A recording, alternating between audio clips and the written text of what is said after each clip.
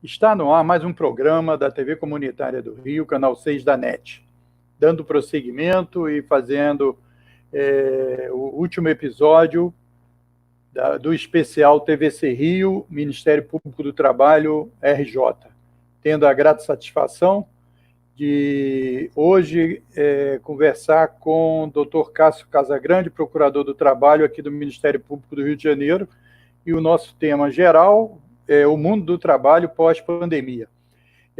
Hoje, 16 de junho, são 16 horas, como combinado. Boa tarde, doutor Cássio, e eu gostaria de já iniciar fazendo uma pergunta. Qual o impacto desse trabalho na pandemia, do trabalho em casa, do home office? Os escritórios vão desaparecer?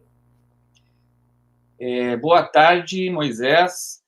Antes de mais nada, quero agradecer o convite que você fez à minha pessoa para participar desse programa muito interessante, muito importante, sobre o mundo do trabalho, não é? Após a pandemia.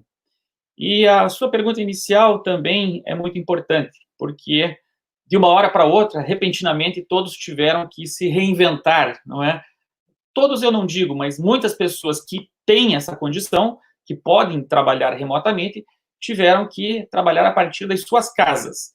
E isso veio, como eu disse, subitamente, não é? Sem um planejamento prévio.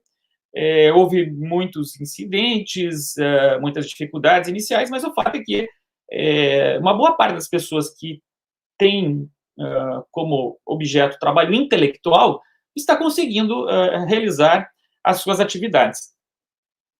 E um fenômeno interessante que está acontecendo já, né, estamos aí há praticamente 3 meses e meio nessa situação, um fenômeno interessante é que muitas empresas estão percebendo que é vantajoso o home office, né? Que há algumas vantagens em se manter o empregado trabalhando em casa. Eu tenho lido muitas reportagens sobre isso, tanto aqui no Brasil como nos Estados Unidos, né? E já se começa até, veja só, Moisés e espectadores, aqui é um cumprimento também, já se começa até a discutir impactos dessa nova forma de trabalho, do home office, até mesmo no mercado imobiliário, não é? Porque algumas empresas, por exemplo, em Nova York, eu lia sobre isso, estão percebendo que não é preciso tanto espaço físico para receber os trabalhadores na empresa. E é claro que vai ficar, não é, uma herança disso, porque certamente a partir da pandemia muitas pessoas, se não vão trabalhar exclusivamente em casa, mas pelo menos vão trabalhar uma boa parte do tempo na sua casa, não é? O que, claro, vem na esteira dessa revolução digital que acelerou enormemente as possibilidades de comunicação, não é? Isso que eu estou fazendo aqui hoje com você, eu poderia muito bem estar lá no interior da Rússia, ou no Japão, ou na Austrália, e nós estaríamos tendo exatamente a mesma conversa. É realmente uma revolução maravilhosa. Mas que, como toda revolução tecnológica, traz alguns impactos não previstos, não é? Existe o lado bom, mas nós vamos ver também que existe um lado ruim disso, tá? Especialmente no que diz respeito à sociabilidade do trabalho. E se pararmos bem para pensar, né, o nosso modo de vida em relação ao trabalho, essa ideia de que você sai da sua casa e vai para o trabalho, não, o trabalho não está na sua casa, você vai para o trabalho. Isso é algo relativamente novo na história da humanidade, não é? E está relacionado à Revolução Industrial, que aconteceu ali no final do século XVIII, início do século XIX. Como é que as pessoas trabalhavam antes do advento da era das máquinas? Né? Era o trabalho artesanal, eram os artesãos. Em geral, as pessoas trabalhavam na sua casa. As oficinas de artesanato ficavam coladas à casa ou na adjacência. Não é? Ninguém precisava pegar um transporte para ir trabalhar. Obviamente que foi o advento da Revolução Industrial e a criação das fábricas, né? A necessidade de você concentrar trabalhadores numa unidade produtiva que, em geral, ficava um pouco afastada da cidade, não é? Porque era necessário um terreno grande, havia poluição, etc. Essa necessidade de explorar intensivamente a mão de obra, ou seja, o trabalhador ele precisava ficar ali,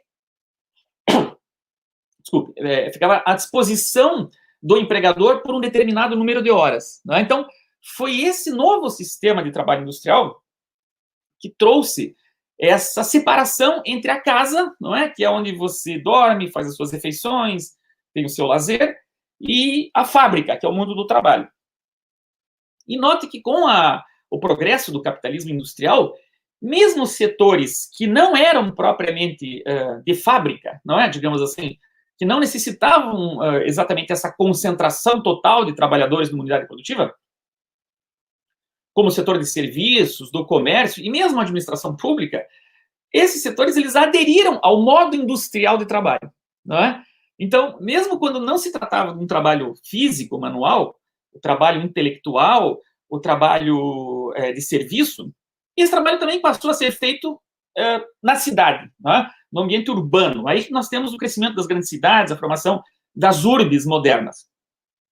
E isso trouxe, não é, a própria conformação das cidades, com você tendo que ter transporte público para levar os trabalhadores de casa até o local de trabalho.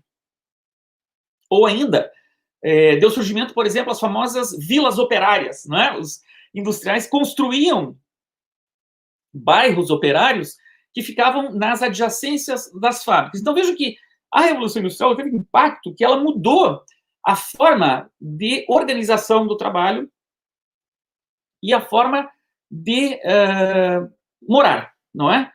De se mover pela cidade. Bom, nós estamos num momento em que isso começa a ser abalado, não é? Já foi abalado porque, claro, a indústria já não é mais o setor principal, né, da atividade econômica, hoje é o serviço, o comércio.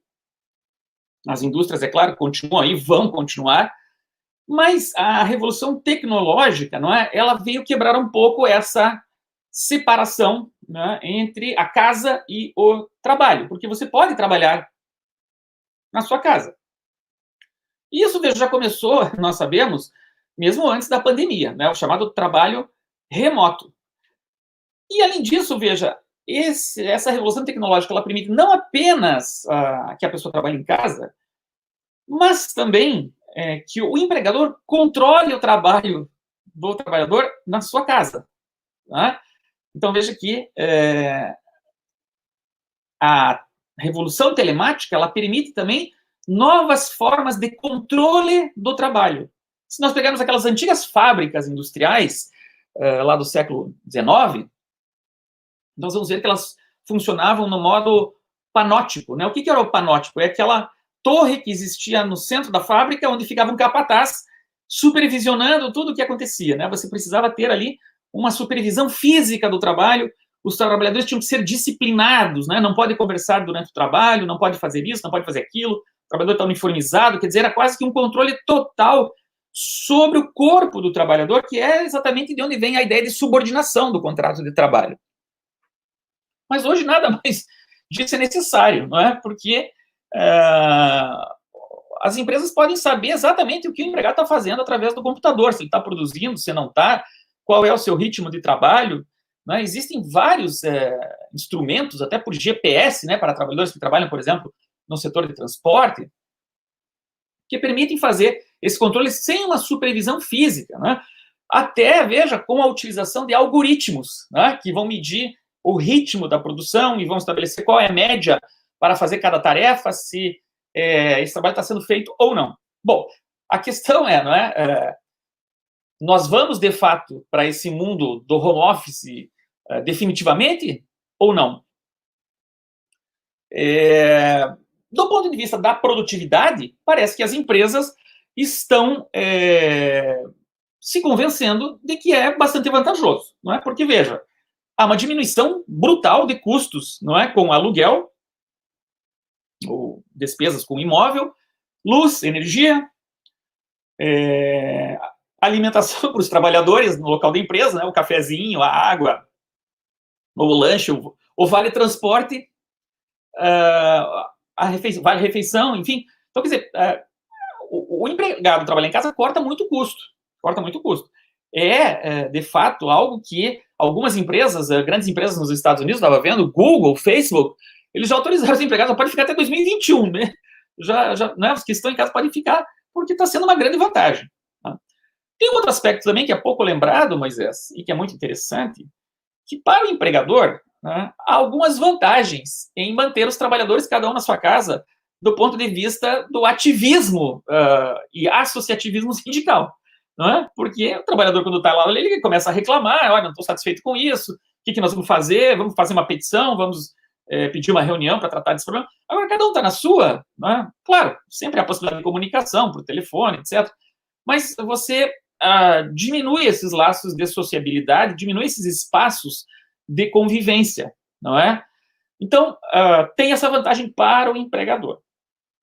Agora, o que muitos estão discutindo também é o seguinte, ok, pode até haver um ganho de produtividade para as pessoas que trabalham em casa, não é? A pessoa, quando está em casa, se você tem um trabalho, o empregado vai falar assim, bom, já que eu estou em casa, eu vou fazer isso aqui o mais rápido possível, né? Eu vou tentar apressar aqui, porque eu ganho uma horinha e vou fazer uma academia, ou vou ficar aqui assistindo videogame com meu filho, vou ver o futebol. Então, a pessoa administra melhor o tempo. Ela não tem que ficar ali aqueles 8 horas, bater o cartão de ponto.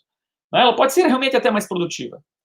Mas outra coisa que também as empresas estão percebendo e estão um pouco preocupadas é que, embora haja um aumento de produtividade, pode haver um decréscimo de criatividade no trabalho, não é?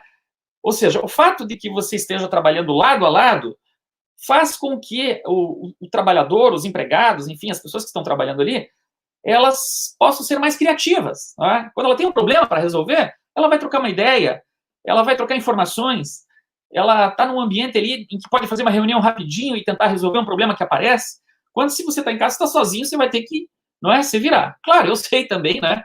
Você pode fazer uma reunião pelo computador, etc., mas nunca é igual, né? Não tem aquela conversa. Às vezes, né, quem de nós nunca, né, num papo no trabalho, teve uma grande ideia e que foi ali resolver um problema? Então, essa falta de encontro entre os trabalhadores, né, também é um risco para o empregador, porque, embora em tese aumente ou possa aumentar a produtividade, ela pode diminuir também a criatividade. Né? Outra é a falta de integração do trabalhador à empresa. Né? O trabalhador, se ele não sente a presença física da empresa, dos outros trabalhadores, ele tende a ter, isso não é uma opinião, é análise de alguns sociólogos do trabalho, ele tende a ter um vínculo menor com a empresa, né? Ou seja, uma identidade menor com a empresa. E pode até ser que não faça questão, por exemplo, diante de uma oferta de trabalho, não é, de permanecer nessa empresa, ele pode ir para outra. Então, essa é uma outra desvantagem, não é, que se cria.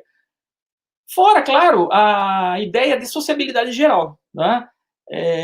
A empresa é um lugar de encontro, lugar de conhecimento, de contatos com as pessoas. Hoje mesmo eu estava lendo uma reportagem sobre essa questão no New York Times, e uma colunista dizia um dado interessante. Uma companhia aérea dos Estados Unidos, a Southwestern, se não me engano, ela fez um levantamento e concluiu que 6% dos trabalhadores são casados com outros empregados da empresa, são casados entre si. Né? 6% dos trabalhadores são casados e se conheceram no trabalho. Então, você veja que o local de trabalho ele é tão importante, não é, que uma quantidade bastante razoável de pessoas acabou encontrando o seu parceiro, a sua parceira, no próprio ambiente de trabalho. Né? Então, é claro que há todas essas dimensões. Né? Eu me lembro, por exemplo, na Coreia do Sul, né? A cultura de trabalho lá é muito importante que depois do trabalho as pessoas saiam para jantar junto ou para beber juntos, porque o trabalho continua, né? As ideias continuam sendo discutidas e até de mau tom é visto como algo pouco cortês você recusar um trabalho para sair com as pessoas do seu escritório. Então, vejo que há todos esses aspectos, né, que certamente serão sopesados no momento posterior. Né? Talvez agora, no momento de euforia, que ótimo, todos podem trabalhar em casa, não é? Podemos cortar custos, etc. Mas as coisas não são tão simples assim. Além do que, já concluindo essa pergunta, também outro aspecto que nós devemos considerar é que ainda é um setor muito pequeno da economia que pode fazer o home office. Não é? É um pouco ilusório achar que vai haver uma grande revolução na economia, porque essencialmente é um trabalho intelectual, não é? E mesmo assim nem todo esse trabalho permite o trabalho remoto, não é? De modo que a economia dura ainda, assim, vamos dizer, né? As indústrias, o próprio setor de serviços, dificilmente ele vai funcionar sem trabalho presencial. Né? Mesmo grandes empresas que têm a tecnologia, né, como fundamento do seu negócio, pense, por exemplo, na Amazon, né, a grande loja de varejo dos Estados Unidos. Ela tem 400 mil trabalhadores físicos, né? E ela não vai trocar isso por home office, porque são trabalhadores que fazem movimentação de mercadorias, que trabalham naqueles galpões enormes. Então, é muito ilusório achar, não é, que todo mundo vai trabalhar em casa. Não. Vai ser uma parcela daqueles que têm um trabalho intelectual que pode ser realizado em casa, né? E que provavelmente vão trabalhar mais alguns dias. Na tendência, acredito que as empresas não vão querer cortar totalmente o vínculo, né? Vai ser um sistema talvez um pouco mais misto, alguns dias em casa, outros dias na empresa, de modo que eu acho, né, que haverá sim um impacto da pandemia nas relações de trabalho, do ponto de vista do trabalho remoto, mas não será algo assim tão radical como aparenta. Você acabou respondendo várias questões que durante a sua fala eu estava aqui registrando para perguntar. Uma delas é essa questão, por exemplo, da relação de defesa dos direitos dos trabalhadores. Agora, na pandemia, todo mundo foi pego, foi uma situação que aconteceu, mas se isso se expande, é óbvio que todos os acordos coletivos vão ter que contemplar essa situação da pessoa trabalhar em casa, né? Porque, como você disse, como é que vão ter os controles sobre os direitos dos trabalhadores? Que direitos a mais eles terão por estar reduzindo esse custo das empresas, né? Isso tudo vai fazer parte da negociação. É claro que, como você disse, tem um impacto na própria unidade dos trabalhadores, que vão ter que aprender como fazer isso diante de estar todo mundo, não se encontra no cafezinho, não se encontra no almoço, não se encontra depois do trabalho e tal. Isso vai ser tudo rearrumado. Agora, eu queria que, se você, sobre a questão de trabalhar em casa e a questão da saúde mental. Ele está trabalhando na empresa, que tem um monte de gente, que tem toda essa sociabilidade, e ele voltasse a ficar quase que inteiramente. É claro que essa parcela dos trabalhadores que poderão vir a trabalhar agora em home office. O que você poderia dizer com relação a isso? Essa mudança, o que repercussão terá na cabeça do trabalhador? Só complementando, então, a tua observação, né, com relação à questão dos direitos, tem várias questões que precisarão ser renegociadas aí com os sindicatos, né, através dos sindicatos. Por exemplo, os custos do trabalho em casa. Né, você manter um equipamento de informática, a conexão de internet, a própria energia que você gasta, né, quer dizer, esses custos, normalmente, são custos do empregador, não é? Agora, se o empregador chega para você e diz, olha, você tem que ter uma conexão 4G com não sei quantos gigas de capacidade, você tem que estar à disposição da empresa, aí já coloca, mas peraí, à disposição que horas? Não é? Porque esse controle ele pode ser muito invasivo também. Há uma decisão muito interessante na Alemanha, na jurisprudência trabalhista da Alemanha, que aconteceu o seguinte caso, a empresa pediu para um empregado o seu número do celular. Falou assim, não, você trabalha aqui, nós precisamos do número do seu celular. E o empregado disse, não, eu não quero dar o número do meu celular para a empresa. Se vocês querem falar comigo, vocês falam durante o expediente. Quando eu sair da empresa, eu não quero ser incomodado. E a empresa disse, não, mas aqui, para a nossa empresa, nós precisamos saber o número do teu celular para uma questão urgente que apareça. E ele falou, não, isso é uma questão de privacidade, não vou dar. E ele acabou sendo despedido por causa disso. Ele entrou com uma ação na justiça, na Alemanha, e o tribunal deu razão dizendo que a empresa não poderia exigir que ele desse o número pessoal. Ela poderia, quando muito, fornecer um telefone da empresa para que ele tivesse aquele telefone da empresa e fosse chamado. Mas o empregado ele não tem a obrigação de fornecer o número pessoal para a empresa. Então, você veja que já, né, nesses países onde a tecnologia também provoca mudanças radicais na forma de trabalho, também já estão surgindo questões interessantes na jurisprudência. Quanto a essa questão psicológica, é muito importante, né? Na nossa vida, nós temos várias identidades, né? Você é pai, você é trabalhador, você é amigo, não é? E você desempenha papéis diferentes na vida.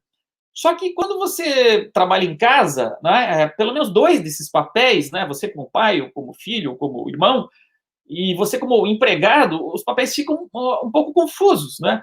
Veja que isso se reflete até na nossa forma de vestir, né? Nós nos vestimos para ir trabalhar.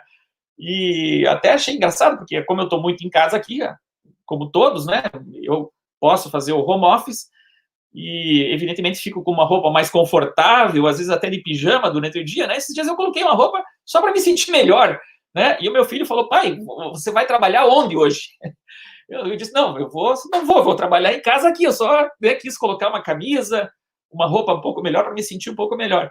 Então, essas coisas ficam confusas, né? Você fica ali meio desleixado, talvez, e aquele papel teu de pai, de filho, é confuso. Meu filho, às vezes, eu estou trabalhando, ele vem aqui comentar de futebol. Então, isso causa uma certa perturbação, não é?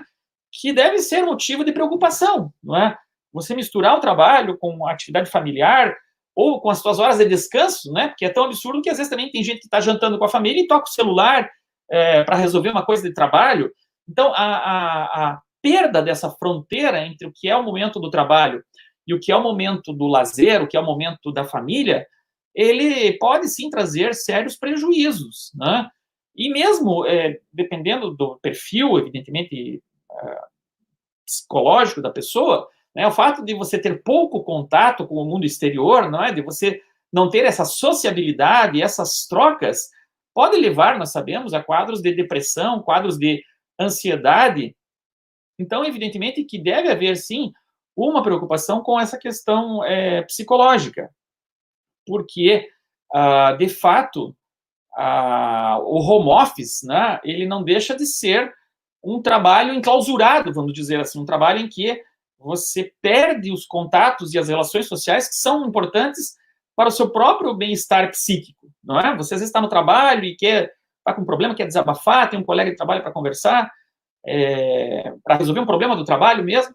Em casa você está sozinho, às vezes você não quer aborrecer a sua esposa, o seu marido, o seu filho com aquilo, e fica, né, preso dentro de si mesmo, de modo que não há dúvida, não é, de que essa questão psicológica é muito importante a ser observada.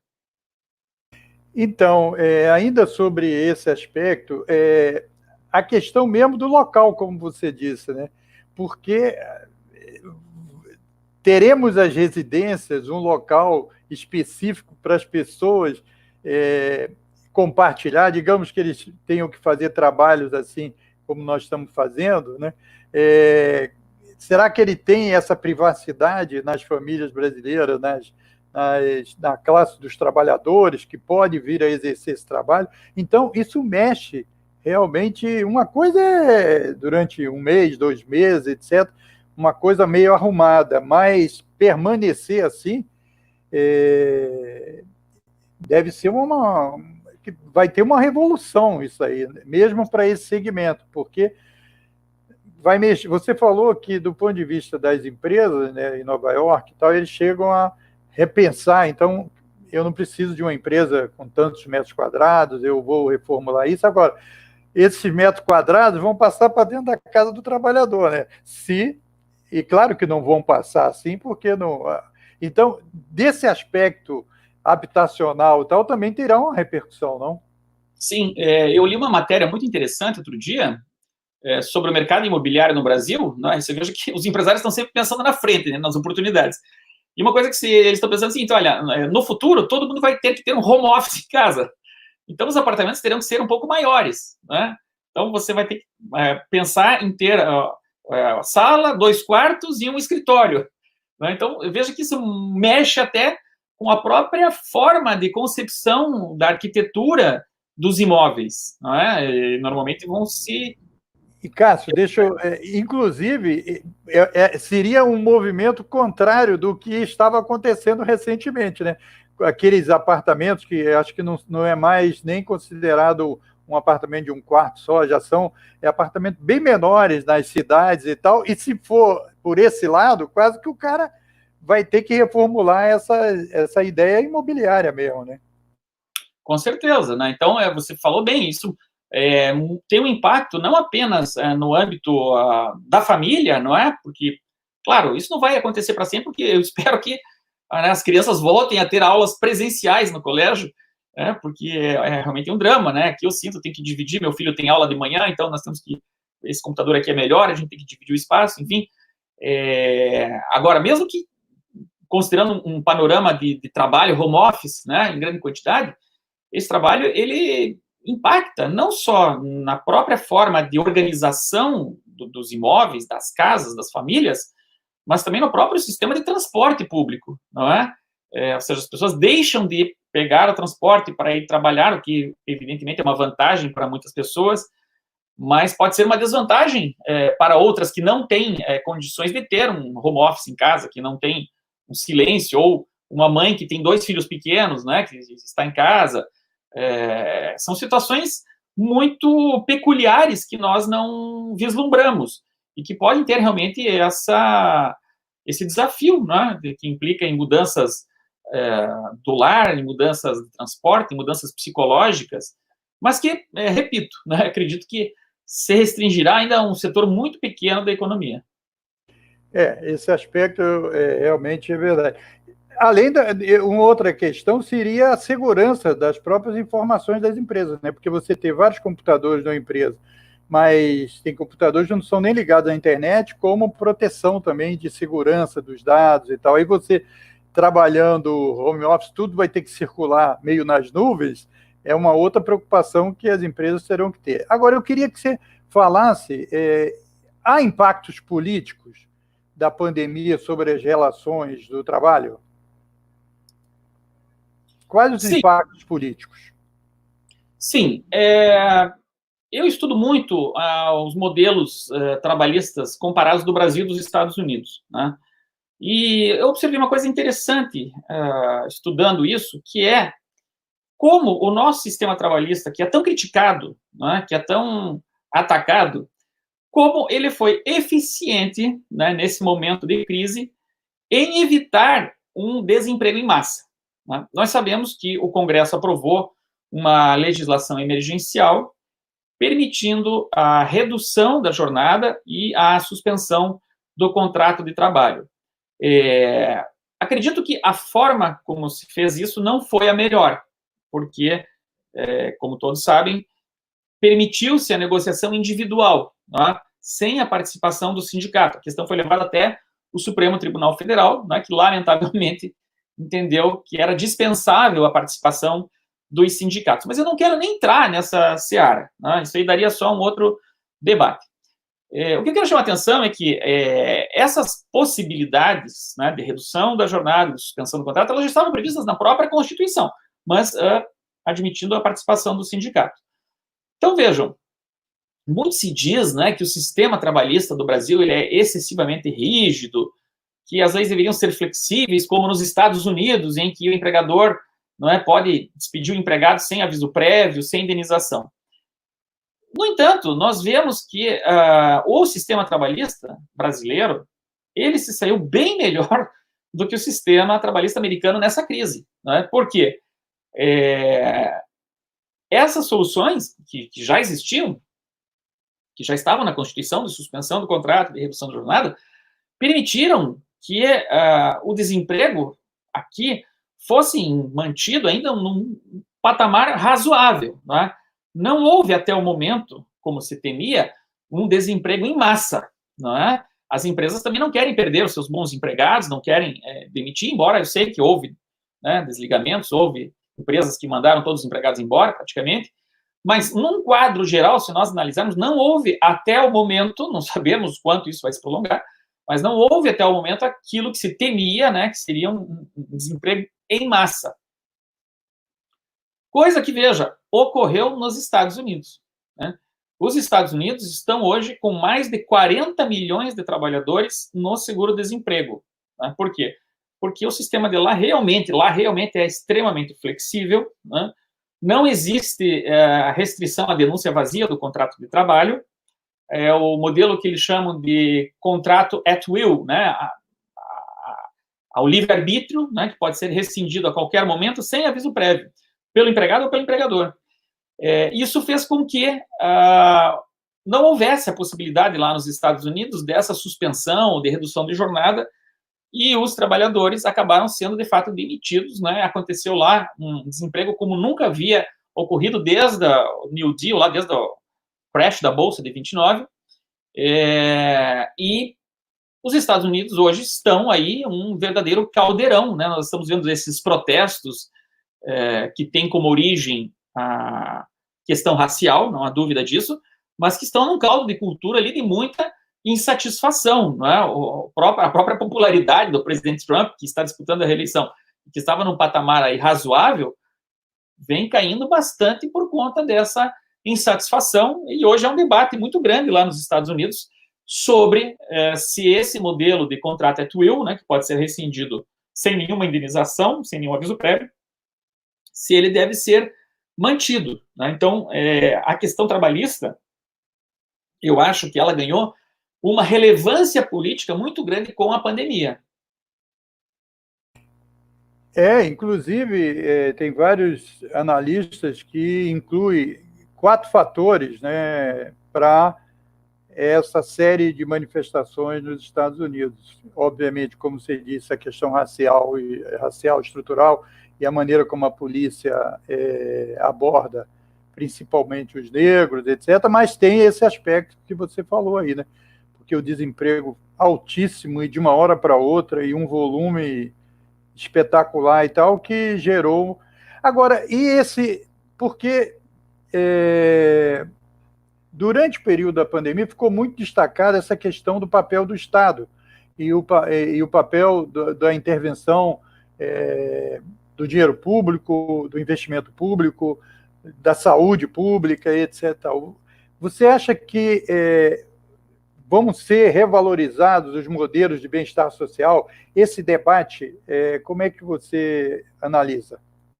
Essa é uma ótima pergunta, não é? Porque desde aí final dos anos 70, começo dos anos 80, o modelo de bem-estar social passou por uma crise, né? Embora, claro, a nossa Constituição tenha estabelecido um sistema que é um sistema de welfare state. Porém, as tendências políticas, né, vêm consagrando aí ao longo das últimas décadas governos neoliberais, não é, que se iniciam lá com o governo Reagan, Thatcher, não é, e culminam agora aí com essa onda conservadora, né, cujo representante mais simbólico foi o Trump, Donald Trump, né, e que são bastante críticos ao estado de bem-estar social, embora veja o estado de bem-estar social não nos Estados Unidos, né, mas na Europa, especialmente, ele a duras penas sobreviveu, né? E ele está mostrando, em alguma medida, que veio, né? Porque, veja, também aqui é bom lembrar, na Espanha, na França, na Itália, na Alemanha, que foram os países mais atingidos, e a própria Inglaterra, que tem um sistema de bem-estar social, né? Apesar de todos os anos do thatcherismo, eles têm ainda lá um sistema único de saúde, enfim, sistema nacional de saúde. Esse sistema de bem-estar social se mostrou bastante eficaz nesse momento de crise, né? Inclusive, há alguns analistas econômicos, eu não vou entrar nessa seara porque não é minha especialidade, mas que têm dito o seguinte: olha, a Europa vai se recuperar muito mais rapidamente do que os Estados Unidos, justamente, não é, porque tem um sistema de saúde pública que foi muito mais efetivo do que aconteceu nos Estados Unidos. Nós estamos vendo lá a quantidade de vítimas da Covid. Além disso, um sistema que tem um colchão social, vamos dizer assim, não é, com essas prestações de seguro-desemprego, com as prestações da Previdência Social, e com modalidades de manutenção de contrato, com a participação de sindicatos, etc., que está permitindo, vamos dizer assim, uma travessia mais suave durante a pandemia. Claro que isso também é uma previsão, pode se mostrar equivocado, mas o que se tem dito aí entre os economistas é que talvez, né, a Europa se recupere mais rapidamente em razão de ter essas proteções sociais. E acho que essa reflexão também deve ser feita aqui no Brasil, não é? Porque, apesar de todos os seus defeitos, todos os seus problemas de gestão e de recursos, o Sistema Único de Saúde, bem ou mal, está conseguindo, não é, de alguma forma, atender a demanda. Não vimos ainda situações extremas, salvo talvez algum outro episódio lá em Manaus ou Belém, não é, de superlotação de leitos, de não atendimento, como aconteceu em outros países que não têm um sistema como o brasileiro, como aconteceu até mesmo nos Estados Unidos, né? em que em hospitais públicos havia falta de material para os enfermeiros, enfim. Então, acredito que isso deve ser objeto de reflexão, né? Porque nós vínhamos aí num momento, devido ao governo que está aí, de ataque ao sistema público de saúde, de ataque à própria ideia do sistema de aposentadorias, e claro que nesses momentos de crise vem uma oportunidade para reflexão. Então, eu também acho que essa sua avaliação é isso mesmo. Eu acho que com a pandemia, antes já teve um impacto com aquele livro do Piketty, né? Que devido a uma análise de dados de forma mais ampla e de forma mais consistente, com Big Data, com computadores de alta tecnologia de movimentação de dados, eles conseguiram demonstrar que a desigualdade aumentou mesmo nos países que se dizia que com o desenvolvimento do capitalismo isso não ia ocorrer. E agora a pandemia que desmonta quem já queria desmontar o Estado ou já tinha desmontado o Estado. Agora, nessa contramão, eu queria levantar uma pergunta que é o seguinte: por exemplo, durante a pandemia se utilizou muito um tipo de trabalho que é de extrema precariedade, que é a questão da uberização, né? Inclusive, acho que anteontem e tal, eu vi uma matéria que eles estão organizando uma greve. O pessoal do rap, de outros entregadores, etc. Quais são os impactos dessas novas formas de trabalho, especialmente a uberização? Como é que você vê isso no mundo do trabalho? Bom, esse processo de uberização, evidentemente, já vinha, não é, de antes da pandemia, e ele foi mais acentuado, merecendo uma dupla reflexão, né? Primeiro, o fato de que essas pessoas que trabalham assim são, de fato, trabalhadores, né? Pode parecer estranho o que eu estou afirmando, né? Mas essas empresas de aplicativo, de transporte por aplicativo, melhor dizendo, seja de táxi ou de entrega de comida, de encomenda, essas empresas elas sempre alegaram que os motoristas eram empreendedores, né? Que eles, na verdade, não eram trabalhadores, eles eram empreendedores. Nós sabemos que isso é uma grande falácia, não é? Esses trabalhadores, esses motoristas, eles são de fato trabalhadores, eles têm uma condição de trabalho que eles vendem o trabalho deles como motorista para as empresas de aplicativo. E é um tipo de trabalho, né, que não é nem autônomo, como alguns alegam, porque justamente através daqueles algoritmos que nós comentamos no início, é possível controlar perfeitamente a rotina de trabalho, saber quantas viagens foram feitas, quantos clientes foram atendidos, qual o grau de satisfação dos clientes com o serviço prestado pelo motorista.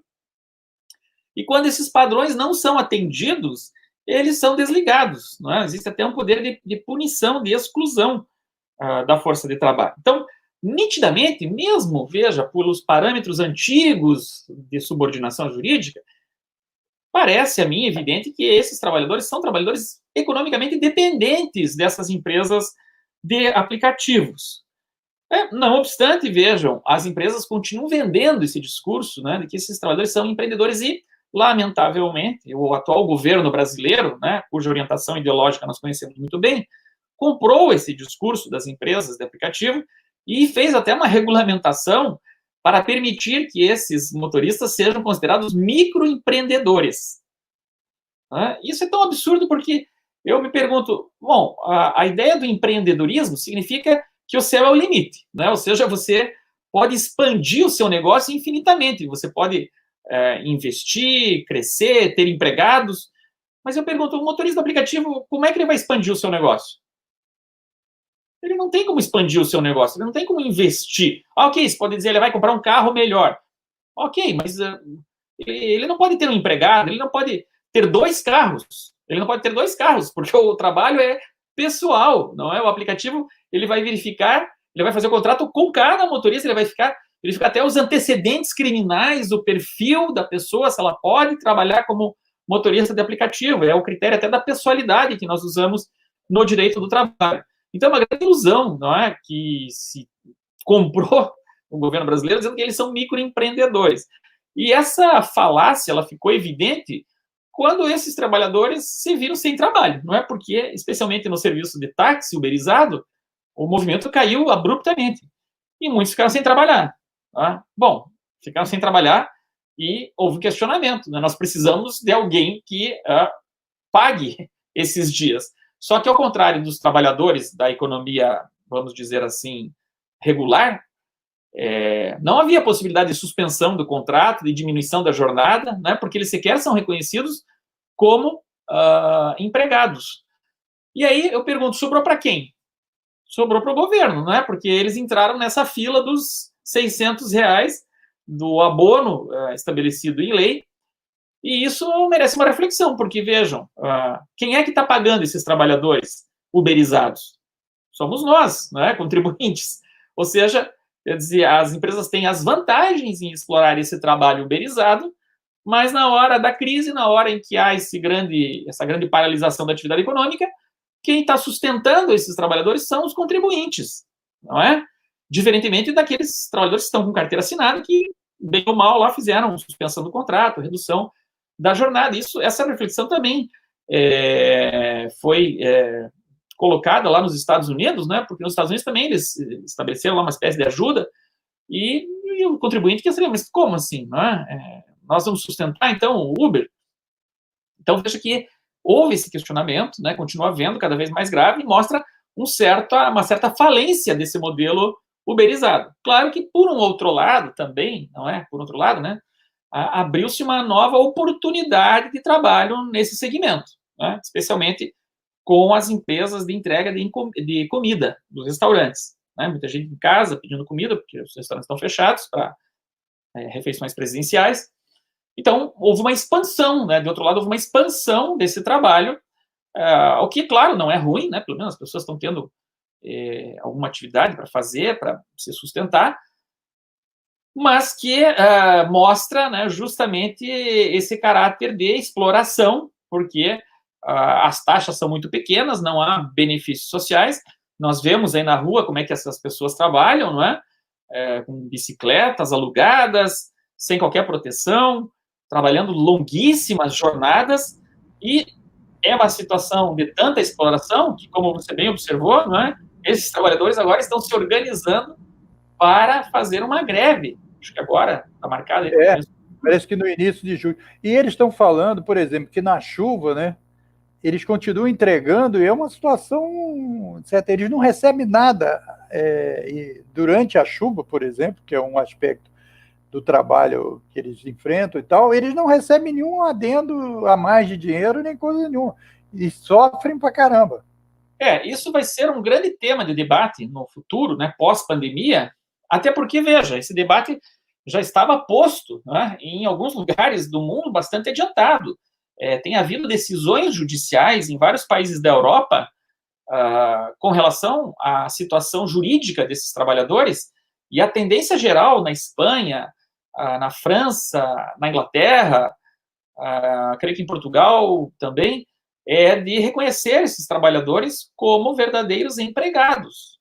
O mesmo aconteceu, todos devem ter lido sobre isso, na Califórnia, né, onde, inclusive, o Poder Legislativo Estadual aprovou uma lei determinando que essas empresas uberizadas reconheçam esses trabalhadores como empregados, né? Então, há sim um grande debate e a pandemia tende a renovar e afirmar esse debate. Nós estamos chegando ao final, doutor Cássio, mas tem uma pergunta aqui que eu vou ler para você. O sistema processual de tutela coletiva laboral saiu fortalecido ao longo da pandemia?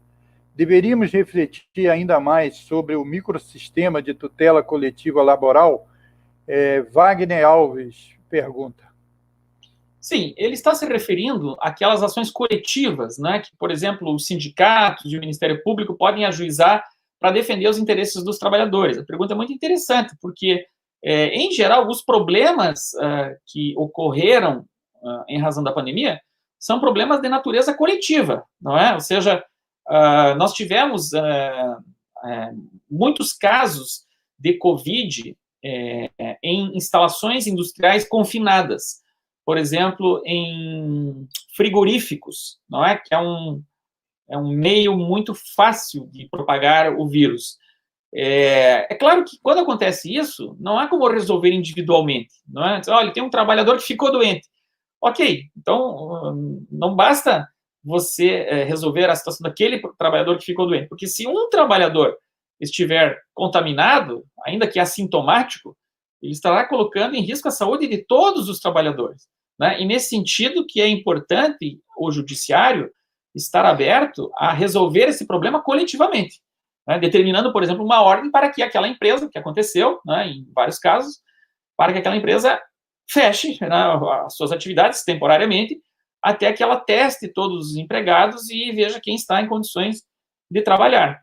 Então, não há dúvida, não é, de que esse momento de crise da pandemia foi bastante útil também do ponto de vista processual para se refletir no próprio papel da Justiça do Trabalho, né, de não resolver as questões caso a caso, mas resolver as questões de forma mais ampliada.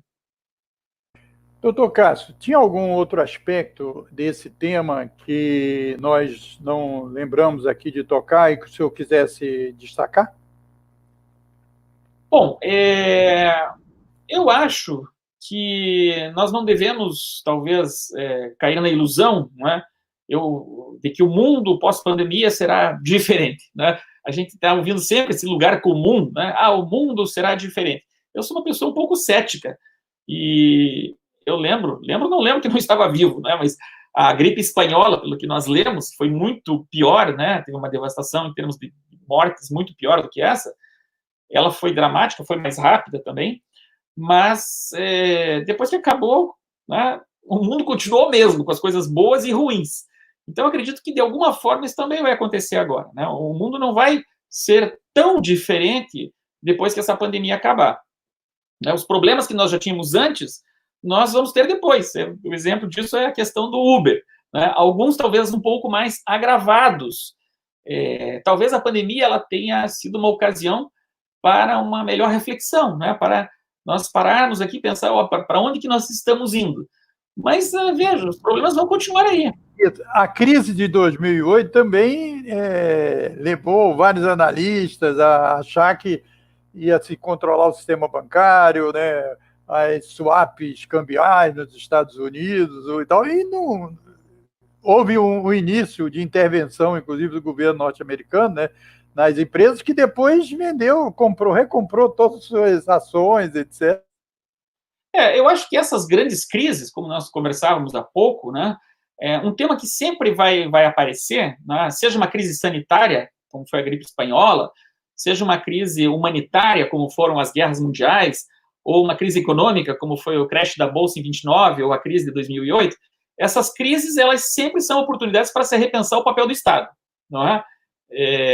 Nós sabemos que depois dessas grandes crises, embora, né, o mundo siga sendo o mesmo, mas as atitudes muitas vezes mudam. Né? As atitudes e a forma de ver os problemas às vezes mudam. Então, eu acredito que, embora o mundo continuasse os mesmos, com seus mesmos problemas, nós teremos uma outra perspectiva, né? Teremos uma outra visão sobre que destino, né, nós devemos seguir no que diz respeito à economia, no que diz respeito às relações de trabalho, no que diz respeito às próprias relações humanas. Doutor Cássio, eu quero agradecer muito a sua disposição de falar nessa série aqui, especial TV Comunitária do Rio, Ministério Público do Trabalho do Rio. Foi excelente. Quero agradecer a todo o corpo de procuradores e ao procurador-chefe do Ministério Público do Rio por esse trabalho. Nós encerramos essa série e ela vai ficar sendo reprisada aí na nossa grade por um período aí durante a pandemia. Muito obrigado. Eu agradeço, Moisés. Foi uma honra participar aqui, poder falar para os seus espectadores e fico à disposição para outras oportunidades. Um abraço para você. Isso, e eu quero agradecer aos internautas que nos acompanharam, mandaram as perguntas, procuramos divulgar aqui, e estaremos na grade da programação hoje às 21 horas. Então, quem pegou pela metade aí nas redes sociais, hoje 21 horas no canal 6 da NET do Rio de Janeiro. E se a pessoa tiver acompanhando em outros estados, é só entrar no site da TV Comunitária e pode acompanhar esse debate pela internet, no planeta todo. Aqui, ó, tvcomunitaria.rio, às 21 horas, junto no canal 6 e por streaming aí no site, vai ser passado esse programa. Obrigado, doutor Cássio, felicidades, saúde aí para a família. Vamos manter o isolamento social, porque, como a gente vem dizendo aqui durante todo esse período, não tem teste, não tem respirador, não tem UTI, não tem vacina e não tem remédio. O jeito é ficar em casa, manter a quarentena para defender a vida. Vamos vencer o vírus. É claro que tem os trabalhadores que são obrigados a sair e eles têm que manter, então, a sua segurança usando as máscaras e os outros equipamentos EPIs e também lavando as mãos usando álcool gel. A Lisiane dá um parabéns especial aí ao doutor Cássio, a Gisele também, e a todos que nos acompanharam. Tchau, eu peço a você ficar aí na tela para até encerrar totalmente.